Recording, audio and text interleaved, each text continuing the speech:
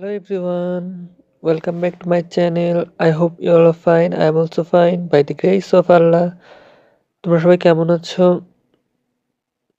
দেখো আজকে আমিও আবার অনেক দিন পরে আরো একটা বিদেশি ফ্রুটস এর রিভিউ নিয়ে আসলাম। এই ফলটা খেতে কেমন?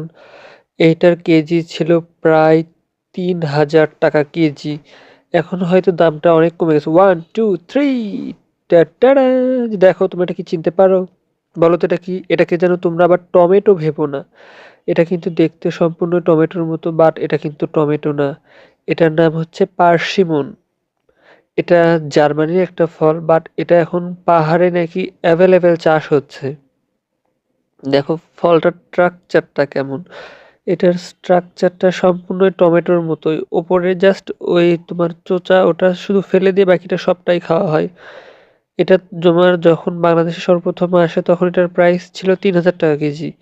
কিন্তু এই ফলগুলোর দাম এত না, কিন্তু তোমার অ্যাসেম্বল করার কারণে এদেশে দাম বেড়ে যায়। আর এটা অলরেডি তো তোমার বললাম পাহাড়ে প্রায় অনেক জায়গাতে এটা চাষ শুরু হয়ে গেছে। দেখো কাটা যাচ্ছে না, কি শক্ত। আর এই চাকুটাতে কি ধার আছে তোমাদেরকে বলার মতো তো নয়। দেখো ওই যে এটা সেই জার্মানির চাকু, কুকিং নাইফের সেট এর সঙ্গে ছিল এটা। এটা দিয়ে তোমার প্লাস্টিক পর্যন্ত কেটে যায় দেখো। আর এই ফলটা তাহলে কিরকম, বোটাটা এত শক্ত। এই ফলটা তোমার হচ্ছে আমাদের দেশের আপেলের চাইতেও অনেক মজার এটা। আমি আর যতগুলো বিদেশি ফল খাইছি তার মধ্যে এই ফলটা আমাকে অনেক মজা লাগছে।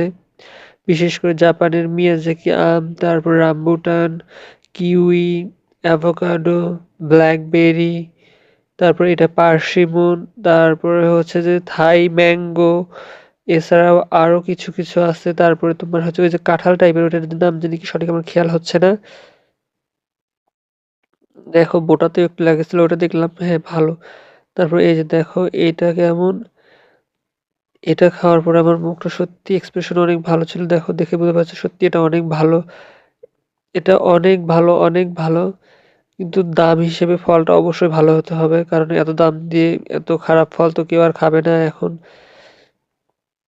তোমরা এটা যদি নিতে চাও তাহলে তোমরা বগুড়াতে এখন মনে হয় অ্যাভেলেবল পাওয়া যাচ্ছে। এটা আমি ঢাকা থেকে নিয়ে আসছিলাম, যমুনা ফিচার পার্ক থেকে।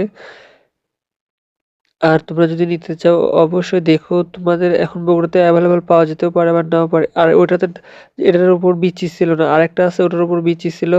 ওইটাও আমি একটা নিয়েছিলাম, ওইটা নিয়ে এসে আগেই কাটেছে। ওইটার উপরকার যে বিচি আছে ওইটা তোমার হচ্ছে যে প্ল্যান্টেশনের জন্য রাখা হয়েছে, ওটা আমরা লাগাবো দেখি তো হয় কিনা। তোমরা এটা চাইলে ট্রাই করতে পারো,